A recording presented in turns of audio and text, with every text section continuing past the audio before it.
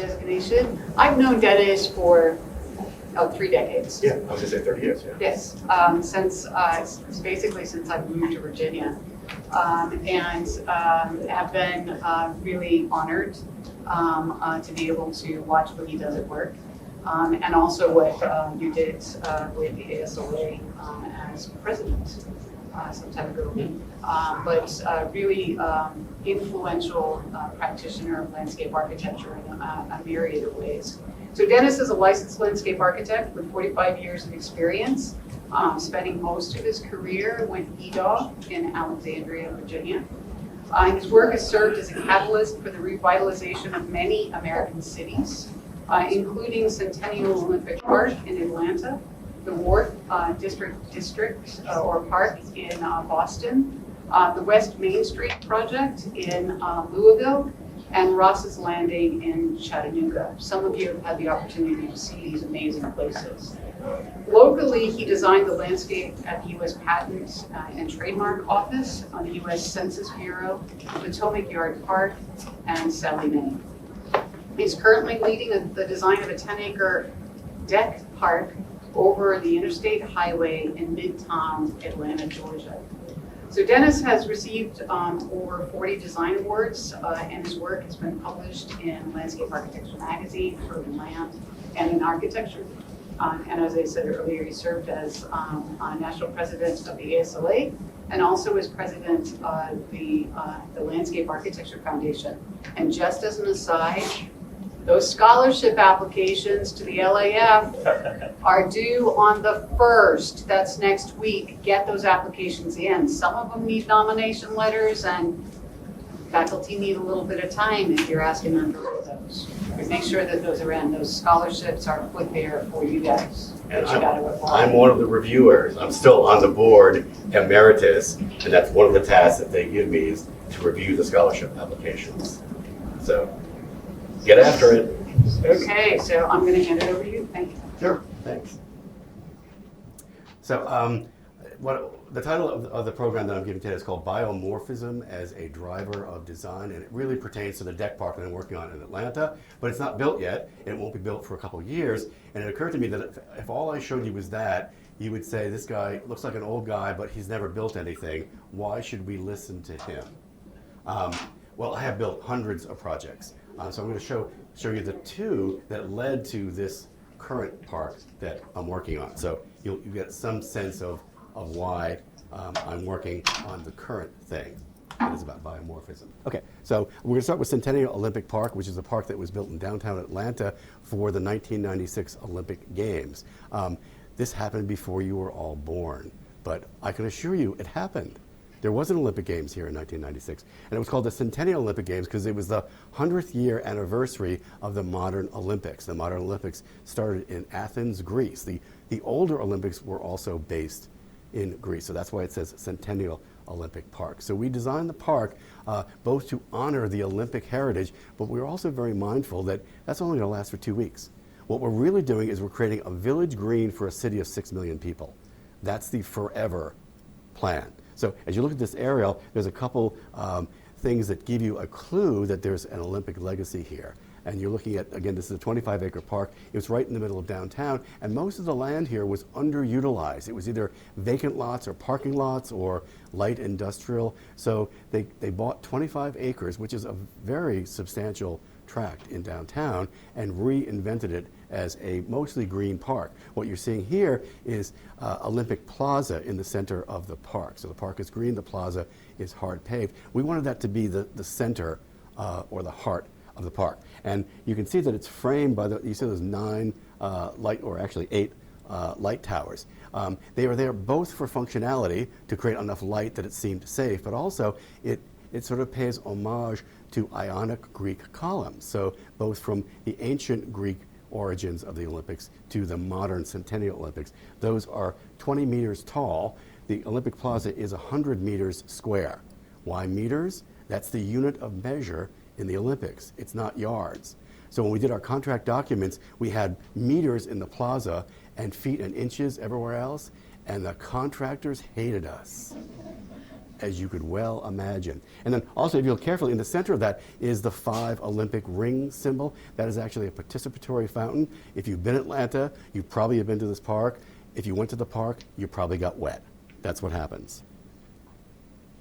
So within literally the first day of our beginning of a design charrette there to come up with the structure, the framework for the park, we were told that the theme of the Olympic Games that year was quilt of leaves. So we started off thinking, well, leaves, that's kind of interesting. Let's sketch some leaf shapes. And we spent about a day doing that. And at the end of the day, we had a crit every single day. And I'm looking at everything, I'm just saying, this just seems too suburban or rural or state parkish, or this is a downtown area. This is the core of an emerging contemporary city. And one of the things that I was intrigued by was the fact that in downtown Atlanta, at this site, this is where the 2 grids collided. The grid of the railroad, the historic grid, and the grid of the ridge, the more 19th century, 20th century grid. So there was something about geometry there. So we seized upon, I said, let's change directions here. Let's focus on quilt. So I sent somebody that second day to a public library to do research. You probably have never been to a public library, and you have no idea that research back then meant you had to look at books and put nickels in the Xerox machine and make copies of things. This is all before the internet, where we could have done this research in minutes. It took a full day. But anyhow, we started the idea of quilts. And what are quilts? They are the assemblage of materials, usually scraps, usually sort of random things that in and of themselves are not particularly beautiful. But when assembled, they become quite incredibly beautiful. And in many cases, they're quite geometric. So I thought there's something about that. Both the collision of the grids and the idea of quilt. What if we imagined a park as a quilt? The entire thing. Not just a quilt in a park, but the entire thing were a 25-acre quilt. So that's what we did. And we came up with this general idea in 1 week. And we proved it by walking the site, by testing things out, by imagining what it might look like from one of the 70-story buildings that was around there. And in your design work, quite often people will say, yeah, the plans are important, but nobody sees things in plan. And that's mostly true. You mostly experience it at eye level. But in a city with lots of 40 to 60 to 70-story buildings, you will see it in plan.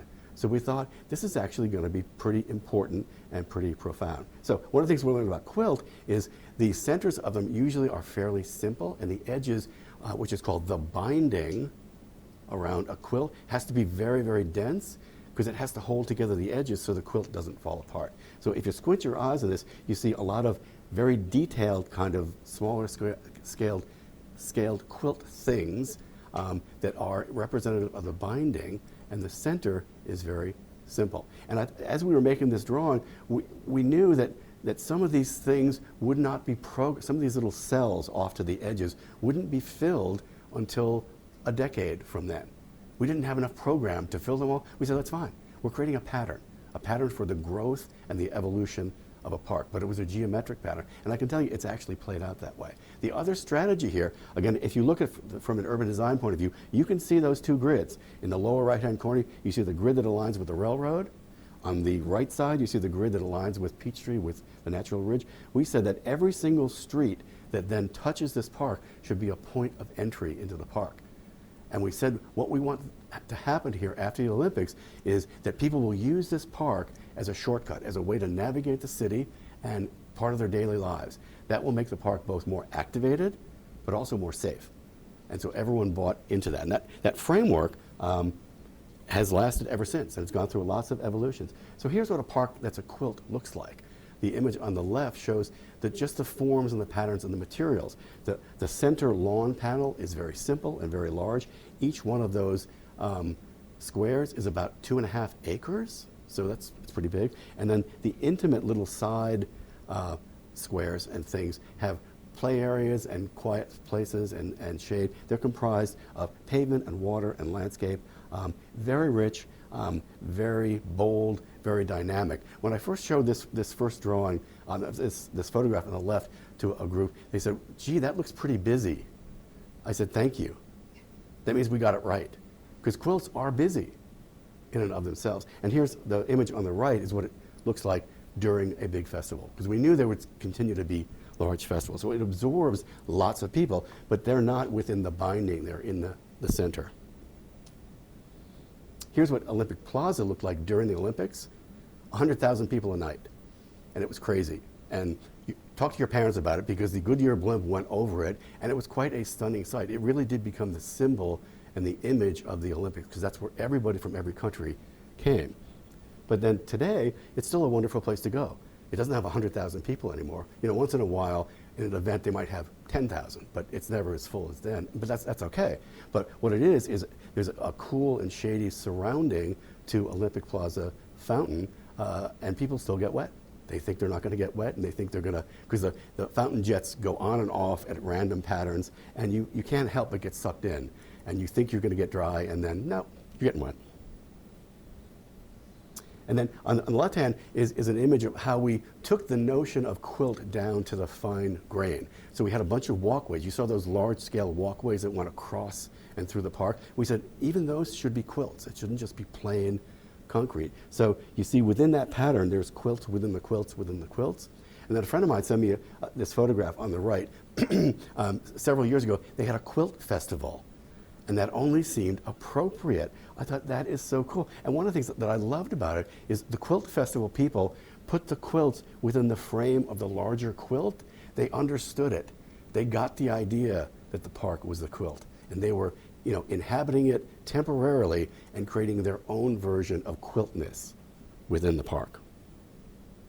So the important thing about this, and I will say one of the great things about being a landscape architect and seeing your projects emerge and grow, is that it has a profound impact on downtown Atlanta. There's been over $1 billion invested within a 2-block radius of the park that would not have happened without the park. And this is one of my banners that I wave about the value of landscape architecture. So around the park is the Georgia Aquarium, Coca-Cola Center, the National Civil Rights Museum, the College Football Hall of Fame, multiple hotels, office buildings, and maybe most importantly, residential. People now live in downtown Atlanta, and they did not before, because there's something to do there. There's a place there that was not there before. And again, I call that the value of landscape architecture. So now we're off to Boston.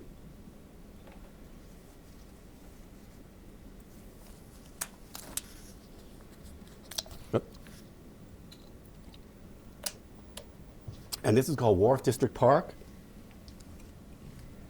It is right in downtown Boston. It is part of the big infrastructure project called the Big Dig. Again, it happened before you all were born. It happened in the late 90s and early 2000s. And the big picture here was that there was an elevated expressway right downtown Boston that cut the city off from the harbor, and it was falling down. So the question to the highway department was, what are we going to do? Are we going to rebuild it just the way it is and make it better, or do something else? They chose the something else. They chose to put it underground and then conceive of an idea of a park on top of it. And that park that you see here on the lower part of the screen is Wharf District Park. And you say, well, that's a pretty little green space. What you don't know is Interstate 93 with 10 lanes of highways directly underneath it.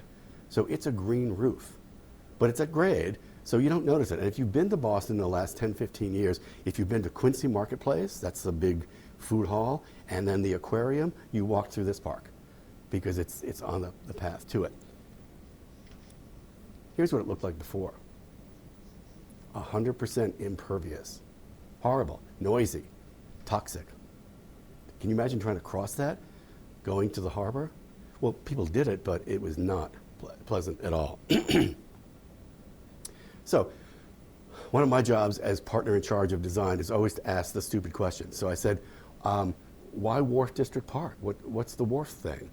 And they said, don't you know? This is where all the wharfs were built that made Boston be what it is. This is where commerce happened. And so we found these historic maps, this progression of the 1775, 1826, and 1881. And what you notice is the wharfs went out to the deeper water. As Boston grew as a trading post with Europe and other places, bigger ships came, and they had to go out deeper into the deeper water. Otherwise, they ran aground. So as they did that over time, if you squint your eyes, you said that they then backfilled the shallower areas. and they actually made land. They made over 100 acres of land that was actually in the water, and now it's made land. So you can see the 1881 footprint is kind of pretty much what's still there. So if you go there today, you can still see the wharfs. They're just a lot shorter. It's hard to imagine how long they were. So we said, well, that's the idea. We don't need to overthink this. That's the idea. So we then overlaid the historic maps with the park place that we were meant to design. So the image on the left shows the 4 squares that define our park, and you can see most of it used to be in the water. Okay, that's a piece of news. So we said our big idea is we want to express the wharfs across the east-west direction of our park. So people know that the wharfs used to be here. And we use granite to express that because many of the wharfs were made out of granite cobbles. And our original idea was the entire thing would be granite, but unfortunately the Department of Transportation would not let us do granite in the street. They said no. So it's not as powerful or as potent as it would have been if the entire thing, both the streets and the sidewalks, were all granite, but it still communicates. So you see on the east-west vectors, it's the 5 wharfs that were there. There's City Wharf and Long Wharf and Central Wharf, India Wharf, and Rose Wharf. And then on the north-south vectors, we said as a means of orientation, let's have a promenade on the west side or city side, and let's have that be very formal and geometric and very regular. You know, trees on a grid, pavement on a grid. But on the other side, on the harbor side, we said no straight lines. Let's have that look as if the waves are crashing onto the shore. And what that does is it gives you a frame of reference of where you are in the city. Are you on the harbor side or are you on the city side? So that became the sort of tapestry, if you will, the east-west vectors and the north-south vectors that created the structure of the place. And here's the before and after.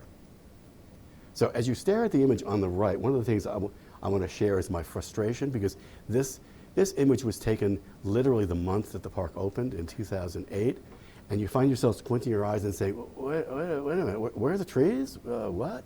Well, that's one of the dilemmas of being a landscape architect, is day one, your project looks the worst.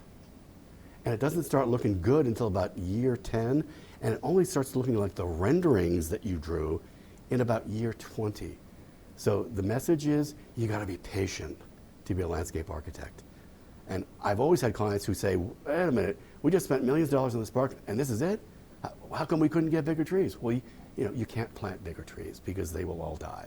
So it's one of the things that landscape architects just have to get used to, being patient. But you can see the obvious difference. And then here's an image of one part of the park. This is about 10 years in. You can see the vegetation actually does grow. It's true, it does grow, even in Boston. And you can see it's a very simple lawn panel with the curvilinear stuff. The harbor side stuff is on the left, the city side stuff is on the right, and then the middle, again, almost like Centennial Olympic Park, fills up with people when they have a festival. And we designed it for that. We designed that stage thing at the end. The plaza at the end was designed with all of the electrical services that you would need to have performances. And all sorts of things happen there. We have another participatory fountain. They do yoga classes. They do outdoor movies, as you can see on the lower right. It has become a wonderful, activating place in downtown Boston. But it also has these sort of quiet little niches on the harbor side, which is where we have these sort of random little pathways that you can almost seemingly get lost, even though these parcels are only 140 to 200 feet wide. So they're not tremendous, but you can get a feeling that you're getting away from the city, even though you're in the middle of the city. And one of the things that we're also quite interested in is the nighttime imagery, because we always think that parks need to be used, let's say, 18 hours a day. Maybe not 24 hours a day, but you want 18. You want, 6 in the morning to midnight. You want it to be activatable, if only for safety. So we came up with this idea of these light blades, these very colossal 40-foot tall glass things that are on the same grid as the trees, but we deliberately made them be glass so we wouldn't be hiding the historic buildings behind them. And you can see in the image on the right, they kind of disappear during the day. And then in the evening, they come alive. They become colorful, and they go from being translucent to being opaque and brightly colored. And we said the other thing you can do with these light blades is you can tell time. not only does the park tell place, you can tell time. So we said, so this happens to be green, so this might have been St. Patrick's Day or Earth Day. So we said, use the colors. This is LED lights, and if you know LED lights, there's thousands of colors that you can use. So we said, 4th of July, it can be red, white, and blue. Valentine's Day, it can be red. Halloween, it can be orange. And that's what they do. And so every time you go there, it's a slightly different place. And that, again, that's part of the activation, part of the animation of the place. But the image that I love on the right here is, I showed you that image, that before image, 100% impervious, and now it's a place where children can play. That is a fundamental transformation. So that was the preamble. Now I'm going to get to the real thing. Let's see if I can do this without breaking the internet.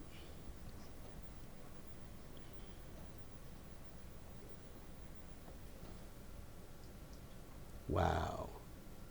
I'm impressing myself, because normally this is where I break the internet. So now we were talking about the project I'm currently working on, which is called the Midtown Connector Park. It also happens to be in Atlanta. So the first two projects I showed you are the reason I got this project.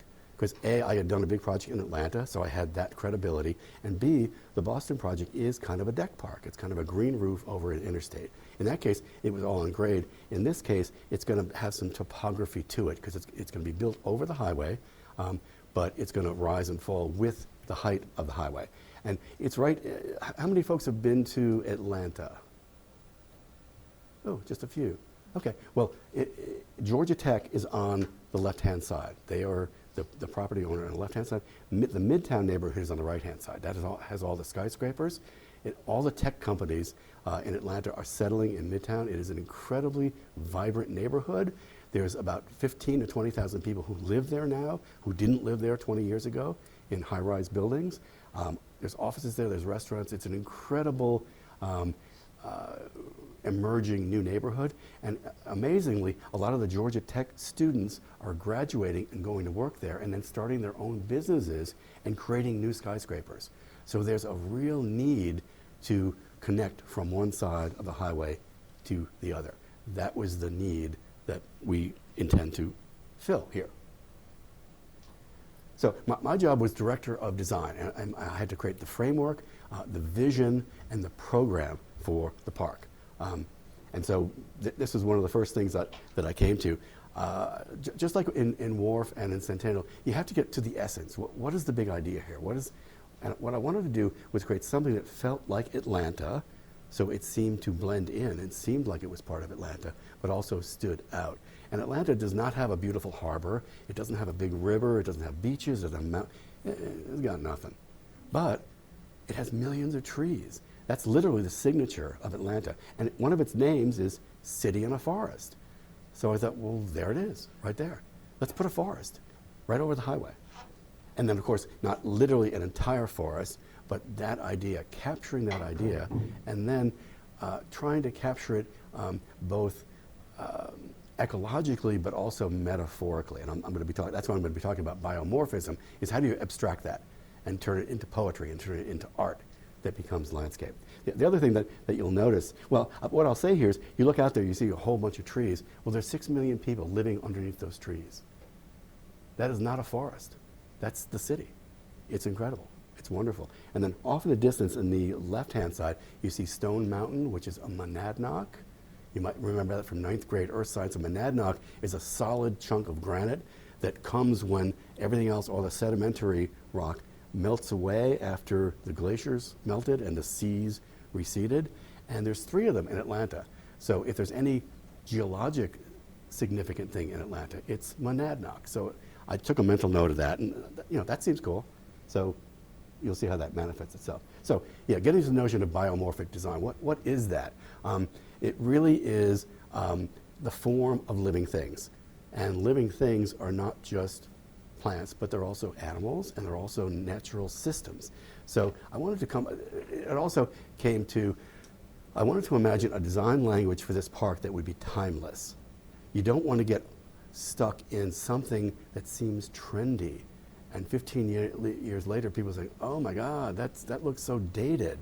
And it occurred to me that the forms of nature will never become dated. and I thought they could also be quite malleable and evolve over time. Because here's the other thing that I'll let you know, that everything you do as a landscape architect, if you're fortunate enough to get it built, it's going to change. And so you need to design in flexibility, and everything you design has to be able to flex and to morph over time. So I thought this would be one of the ways in which to do that. So what you see here are things like braided streams and clouds and topography and leaves and aggregations of trees, just examples of biomorphism.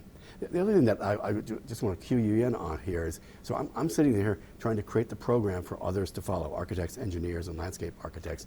And quite normally, and I've been a landscape architect for 45 years, so I know what you get. You get this written brief, and it's written by an MBA who's the developer's liaison, and it's like, and so I said, no, I'm not doing that. We're not doing that. I want to use visual devices to communicate design intention. So you're going to see a lot of that, both with photographs and with drawings. So one of the aspects of biomorphic design is braided streams. You probably have seen these. They're more prevalent out west than they are here, but you still see them when rivers run dry down here. You'll see them anywhere, and it's how water flows and creates, and how there's resistance in land, and it creates these forms. So I use that same language. This is a park that I did in Cincinnati called International Friendship Park, and it's sort of a direct outcome. Those interweaving paths are sort of a direct outcome of this notion of braided streams. But you can see it's not a direct copy. It's a metaphor. It's an abstraction inspired by rather than copying. The leaf form, this is an air review of one section of Wharf District Park that I just showed you. Again, that was, again, quite deliberate to create these lenses of pathways that would interconnect and landscape that had sort of a memorable character to it. Topography, and one of the things, we knew we were going to be hiring architects, that we would be having buildings here. I wanted to let the architects know, if you look on the image on the lower right, is that even buildings can have topography, and even buildings can be an extension of the park.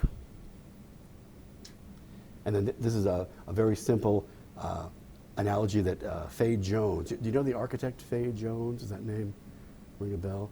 His most famous, he's from Arkansas, his most famous building is called Thorn Crown Chapel.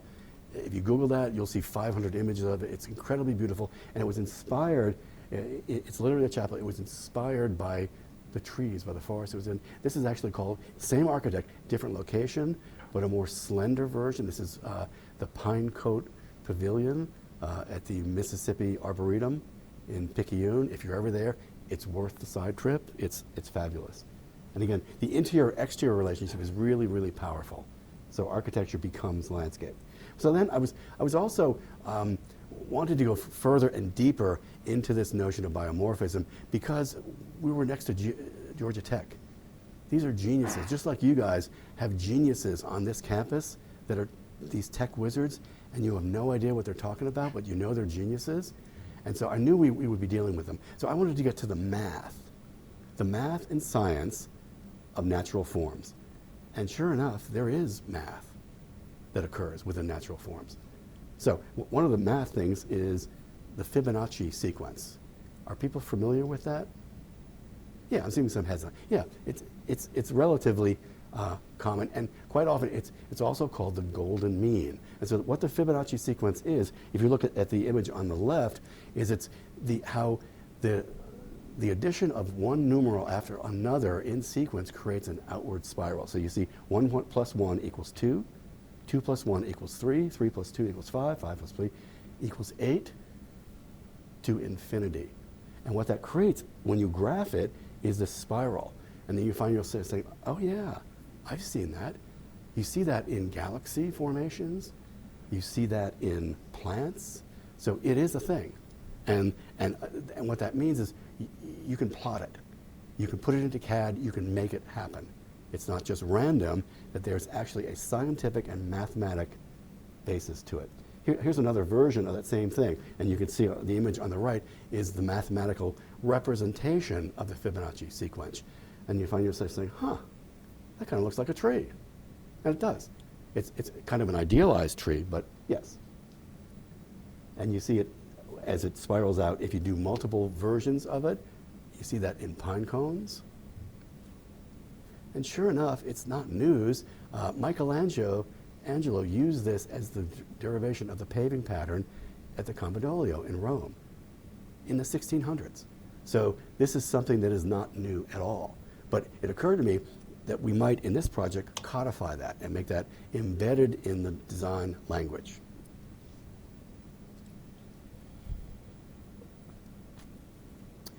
Then, in 1982, it gets really wacky. There's a guy named Bernard Mandelbrot, who's a computer scientist at IBM, and he's messing around with Fibonacci sequences and chaos theory, because why wouldn't you?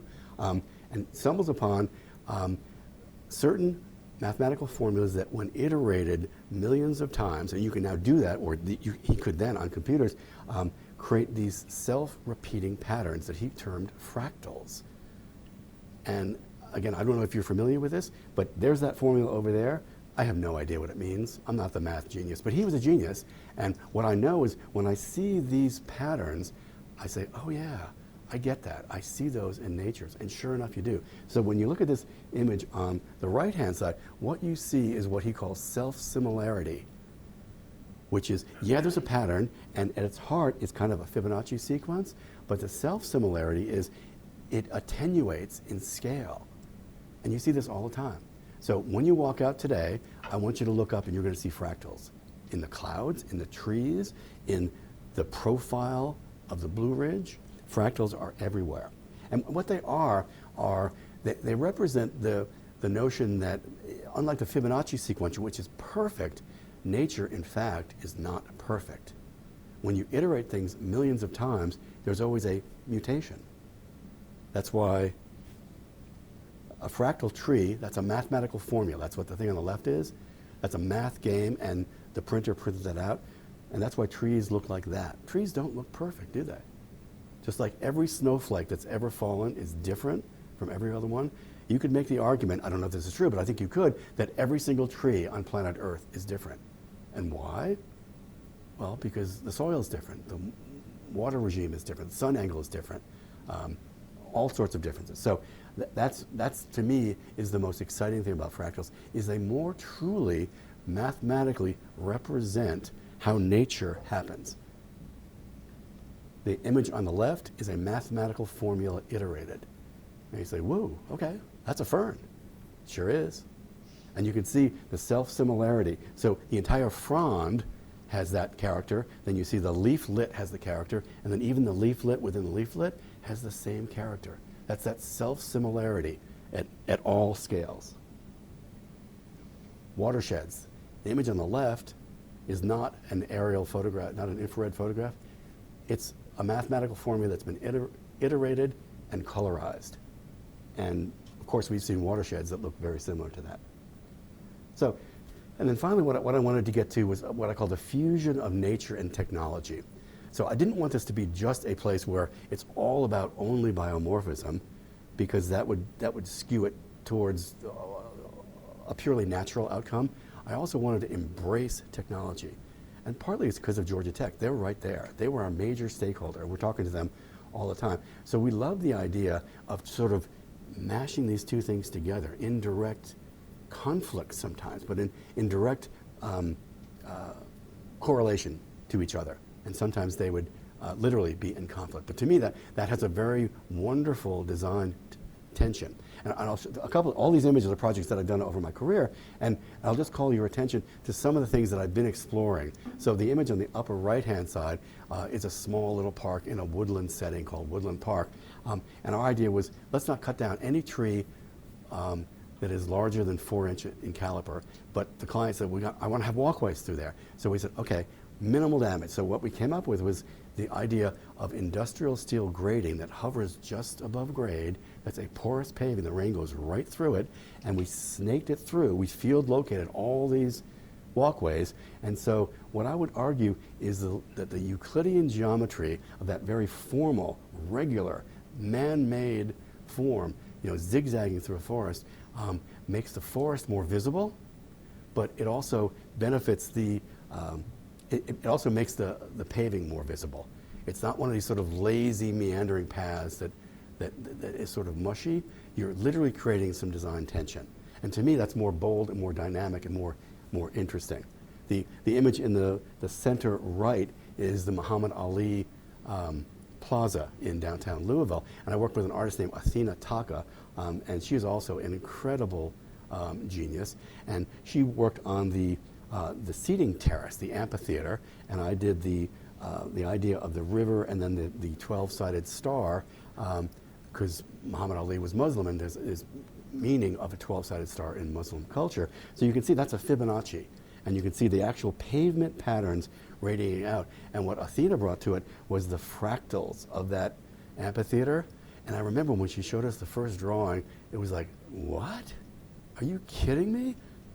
People are going to trip. It's like, aren't amphitheaters supposed to be regular and smooth? And she said, not this one. And it's incredibly powerful. And what I would argue, and I've seen people, and I've been there myself, people pay attention. When they step up and down this, they are paying attention. And then they're looking at it, and they're seeing it. So this is what I would call a collision between fractals and Fibonacci. And again, I just find it really, really powerful. It has a visual memory that you don't ignore. So here's our project, a biomorphic park. So here's the image on the upper is the existing condition, 14 lanes of asphalt. Again, 100% impervious. So it's about 225 feet wide, it's about a half-mile long, and when you squint your eyes, you can see the braided pathways, you can see the heavy emphasis on green. On the right-hand side is a major pavilion that we commissioned an architecture firm out of Chicago to do. And I gave them the same lecture. I gave them this lecture, essentially. I said, this is what we're doing. We're doing biomorphism. And we picked them because they were already doing this kind of stuff. They said, hey, yeah, we got it. Yeah, we know. Yeah, we know. You don't have to lecture us. We got this. And I'm going to show you some images. What they've come up with is absolutely stunning. So again, this gets back to programming. So my job was to create the imagery and the design language and then give that to architects and engineers and landscape architects for them to implement. So one of the first things I went back to was, well, I was thinking about, sitting in the forest.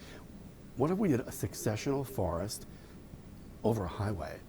Wouldn't that be cool? Because it's clearly a made landscape. We're not kidding anybody. It's obviously a made landscape. Could you do a successional forest? Don't know. We presented the idea to Georgia Tech. They loved it because it turned out they have done a successional forest on a parking lot in Georgia Tech, and it worked. And so it's like, okay, they were very amenable to it. So it's the same language as Woodland Park, where you might be able to get into it, but only in a couple places and only on elevated boardwalks. And it would have to have an edge around it to hold the dirt, because again, this is over a highway deck. That means all the landscape has to be lifted up. The soil, you have to make the soil depth enough for plants to grow on it. So the idea was you'd plant small trees and little trees and just let it go and see what happens. And then I thought, what if at the end of it you sheared it off? So that's what you see here in the foreground in the image on the left. Shear it off and expose the fact that it's man-made, we're not kidding anybody, and use aquarium glass and actually begin to see the soil layers and maybe the roots and maybe insects and maybe mice. And so you'd actually make it be a living, learning thing, but reminding people, oh yeah, by the way, we know this is not natural. We know this is a created landscape. And I also said to folks at Georgia Tech, if this thing fails, we're going to know. So, but this is part of research, and they agreed with all of that. So it's very rare you get a client who will agree to research that might result in failure. But they said, yeah, that's okay. Well, then we'll just do something else. So yeah, it was pretty amazing. So we wanted to have, again, programmatically, I wanted to have a picnic shelter, a place where people could gather, maybe groups of 30, 40, 50 people, that kind of thing. And we wanted to have one of these participatory fountains because we know they work and people love them. But I said, so the metaphor here was the cloud. So the cloud fountain, the cloud pavilion has a series of columns. It's a steel structure. It is the fabric over a steel armature. If you've flown into the Denver airport, you've seen that fabric. And in fact, there's many amphitheaters and pavilions that use that fabric, so it's a commercially available material, not too exotic.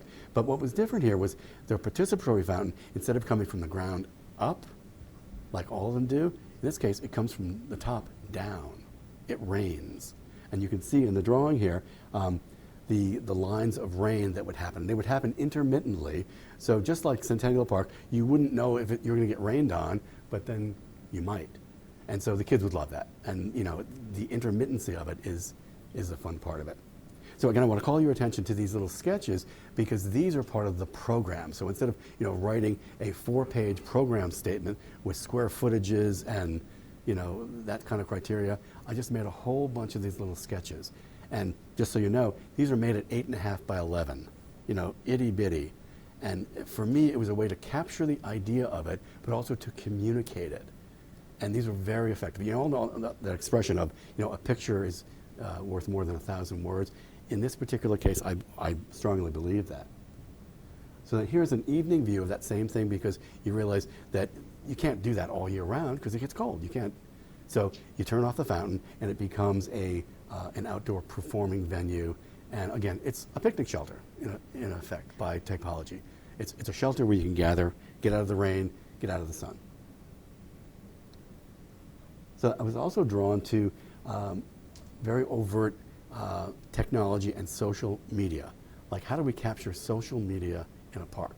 So the idea here was to create what looks like a pavilion that looks like an aerial hedge. And I use the image of Dunbarton Oaks, which is a famous garden in Washington, D.C. Maybe you've been there, maybe you haven't, but that's living plant material. The idea here, this would be a series of steel columns supporting a steel matrix, if you will, that has vines planted in it. So it's real plants on green screen, but they're elevated. They're over your head so you walk underneath them, and you get a glimpse there as you're glimpsing it that the entire inner circle is video screens. So here's 2 cutaway views. Now it looks like you're entering the space. So the idea is it could be as simple as it literally is social media, and you can have a chat with your friends. You can activate it yourself. Or you could have any number of performances, you could have sporting events, you could have any number of things, or the image on the right, you could actually have outdoor classes where there's one person giving a lecture, and maybe they're from China, but you're hearing it in downtown Atlanta. And going back to Fibonacci, the idea of what I call on-demand shade, because the thing about Atlanta is it's hot. It's really hot for a long period of time. I also knew trees take a long time to grow and provide shade. So the idea here was to have this sort of unfolding, opening up spiral canopy made out of fabric that would provide shade for a small cafe. And it's based on the spiral. So you see here that it's open during the day and it's providing shade where people are sitting. And in the evening, it sort of folds back up on itself because you don't need shade at night. And then it's open air. So again, even relating architectural ideas to Fibonacci sequence. The state flower of Georgia is the peach blossom. You probably know that. So I thought, how would we incorporate that? So this is another iteration on-demand shade. So what I'm imagining here is that it's an umbrella by typology. You need an umbrella, you need shade, trees aren't going to grow that fast. Okay, so the umbrella does that. And this particular umbrella has 5 petals on it, alluding to a peach blossom, and they're sort of grand scale. They're probably 10 feet long. They're made out of fabric, and they're fritted with little solar panels. So during the day, when they're open, it's generating electricity and storing it in a battery in the appurtenance, and then at night, it folds up and becomes a light. Because you don't need shade at night, but you need light. And so it's off the grid, it's self-sustaining, and you can put them anywhere. So the idea was these might occur anywhere in the park, but what I was trying to communicate is you get both shade and light for one thing.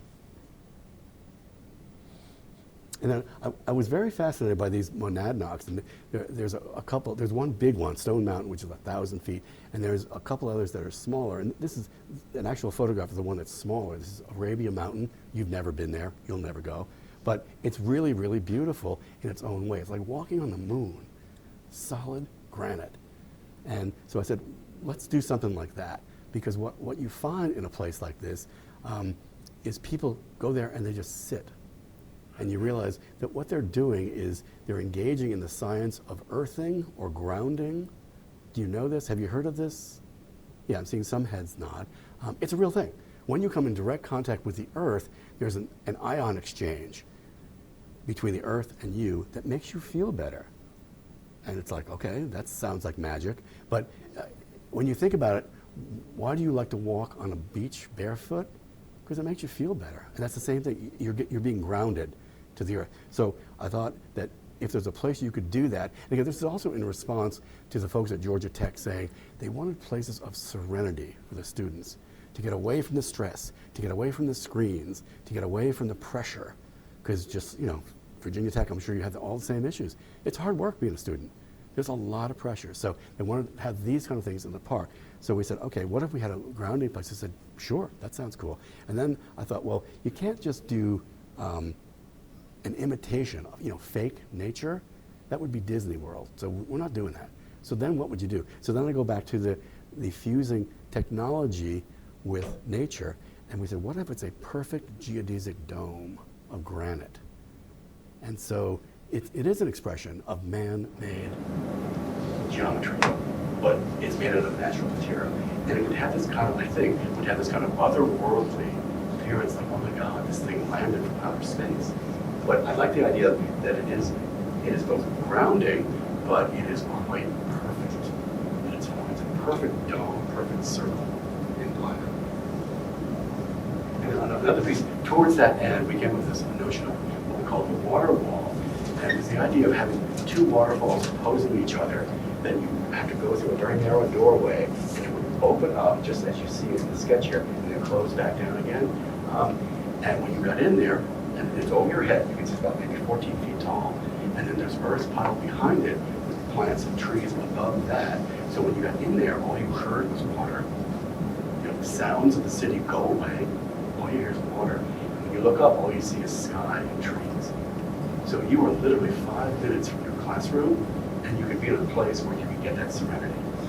So again, that was really given to us, or it was informed by discussions with Georgia Tech. One of the things that we realized that as we were building this, inevitably there were some existing trees that were going to get removed. Some of them were quite large. So we said, well, maybe what we should do is save the best one, or a couple. We'll save as many as we can, and then create a place where we celebrate that. And we call this the Mother Tree. Do you know that book called Finding the Mother Tree? Yeah, seems some heads nod. Read it, please. It's important reading. It's written by a forester from Canada, and it will change your view from forestry. And her thesis is in a forest there's a mother tree that communicates with all the babies via mycorrhizae, and that's what sustains forests. And when you cut them down and kill the mother tree, you kill the forest. So obviously this is paying homage to that. We would be, killing some of these trees, and we're not going to lie, we're not going to pretend that we're going to create a forest here. But what we wanted was the notion of some sense of permanence by having a big, major tree, but then also a sense of some fun. What if I have a tire swing on it? So you're in the middle of the city, in the middle of this weird park, and you can be on a tire swing. And the last idea is more whimsical, and it's more temporal. It's the idea that in the summer, you could bring in a truckload of sand and have a beach.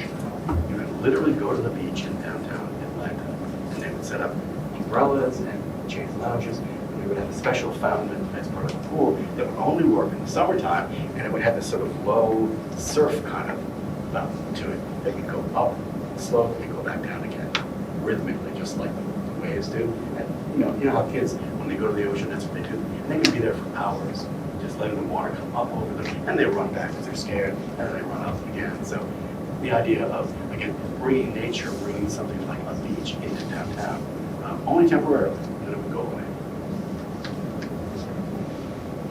So, oh yeah, I'm not going to yes, so again, here is the overall plan. Then we hired Olin to be our landscape architect, and they created these drawings. They revised the plan, refined the plan, created the plan, perfect. And you can see the cloud fountain on the sand beach here. And here's the entry from North Avenue to the southern part of the park. You can see the pond on the left. So if you like to go into Walker Park, and one of the playground features, and one of the gardens with a small informal lawn. So you can And so they really picked up on what I would call the sweep and the character of biomorphism and given it their own spin. Oh yeah, and this is our image of the tree swing. Again, imagine being, next to 40-story buildings and being on an old tree and swing. I just love that idea.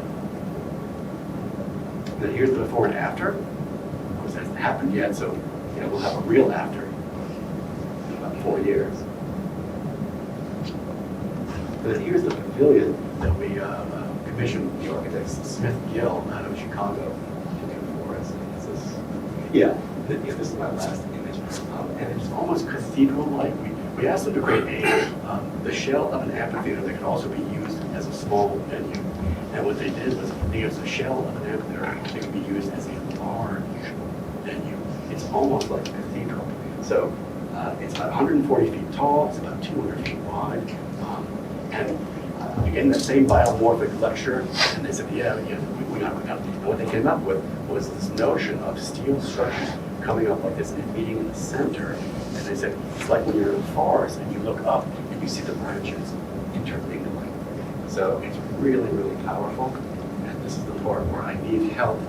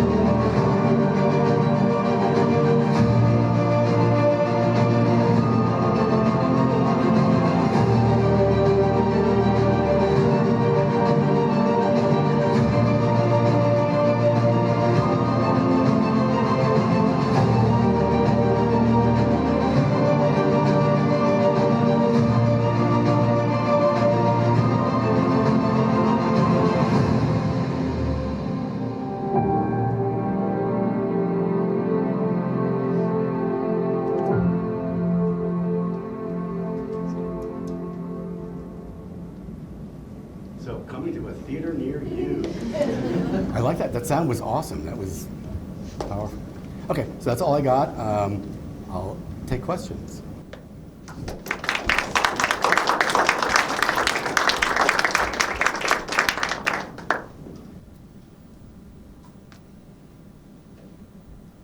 Yes.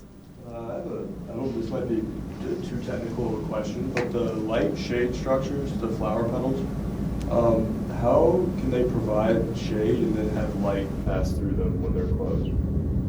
Well, they would be, short answer, they're translucent. It would be a fabric material that does allow light to shine through it in the evening, but it does provide shade. And it's the same stuff, we think, as the nylon fabric that the cloud will be made of and that the Denver airport is made out of, which does provide shade, but you've all seen those things, they glow at night. So yeah, we think we can do that. And it would be like, do you think it's enough light to be as proper as a regular street light? No, not as a regular street light. It would always be, it's more of a decorative light than a health, safety, and welfare light. But to be honest with you, we're going to make a full-scale mock-up and determine, because we want it to be as bright as it can be. We don't want it to be like, the bathroom light in the middle of the night that you can barely see anything. We want it to have some impact, but we also realize it's not going to be a street light. Yes?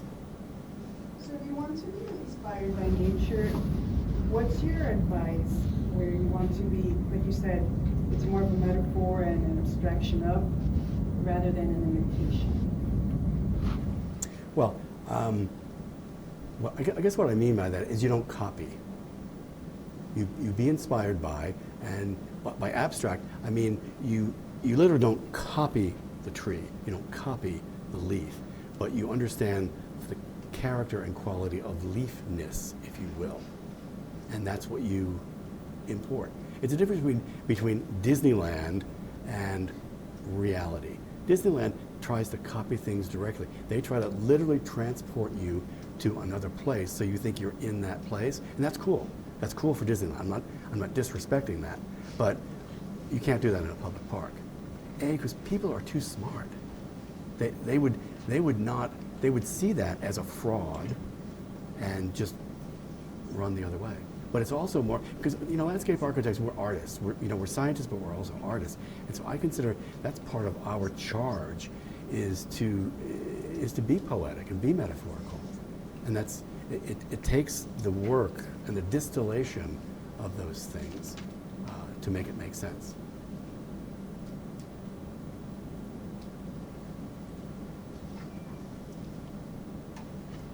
Another question?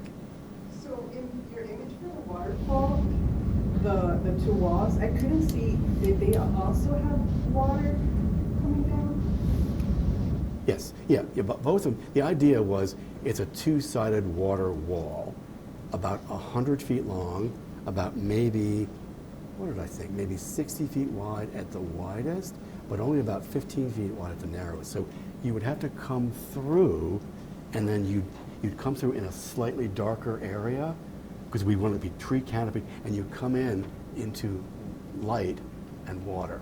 That's the mood that I'm trying to express. So maybe in my program statement, I actually have to do that, because apparently it doesn't work enough for you to understand that. Yeah. Well, I saw the image next to it. I saw the two waterfalls. But in the Oh. actual drawing, from this distance, I could see if there was water or not. Oh, yes, yeah, the idea is, yes, there is water. Yeah, and the reason for the water is the white noise. The white noise will take away the police sirens and the traffic noise and the, beep, beep, beep, beep of trucks back, all that city noise. I wanted people to be able to get away from that in minutes rather than hours. I saw the two waterfalls. But in the actual drawing, from this distance, I couldn't see if there was water or not. Yes, yeah. Well, I wanted the trees to be close enough so you could see the vegetation. It has to be over your head. That's the criteria. But I also wanted the trees to be close enough so they didn't seem like they were way up there. It's kind of a fine. It's a judgment call, and that was my judgment. I wanted it because it's in plan. It's completely surrounded by earth, and the earth has to slope up with the trees on top of it. And it was also and is important to me that people can't be up there, because I want you to feel like you're in the Appalachians. And I don't want people up there looking down. That kills the whole mood to me.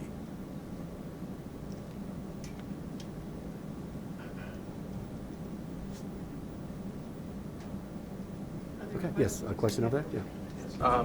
When you're approaching a city you don't know the history of, where do you start with the research? Excellent question. So the first thing is start with research. I would say you should always do that, because a lot of people don't. A lot of people go into strange cities and they do their thing in other people's cities. I find that to be a little odd.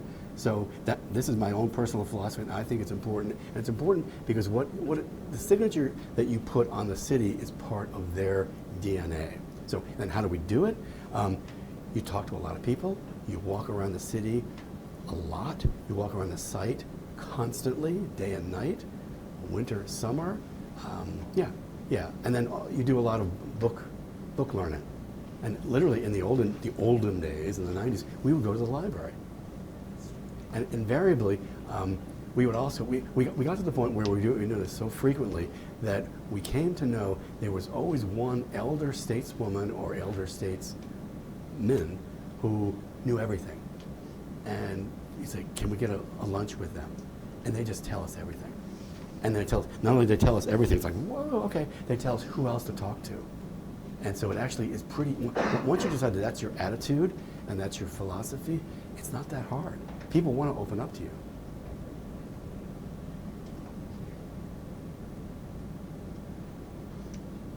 Okay, well, I think we're running out of time anyhow, right? Yeah. Well, thank you. Thank you for being with us. All right, well, thank you all.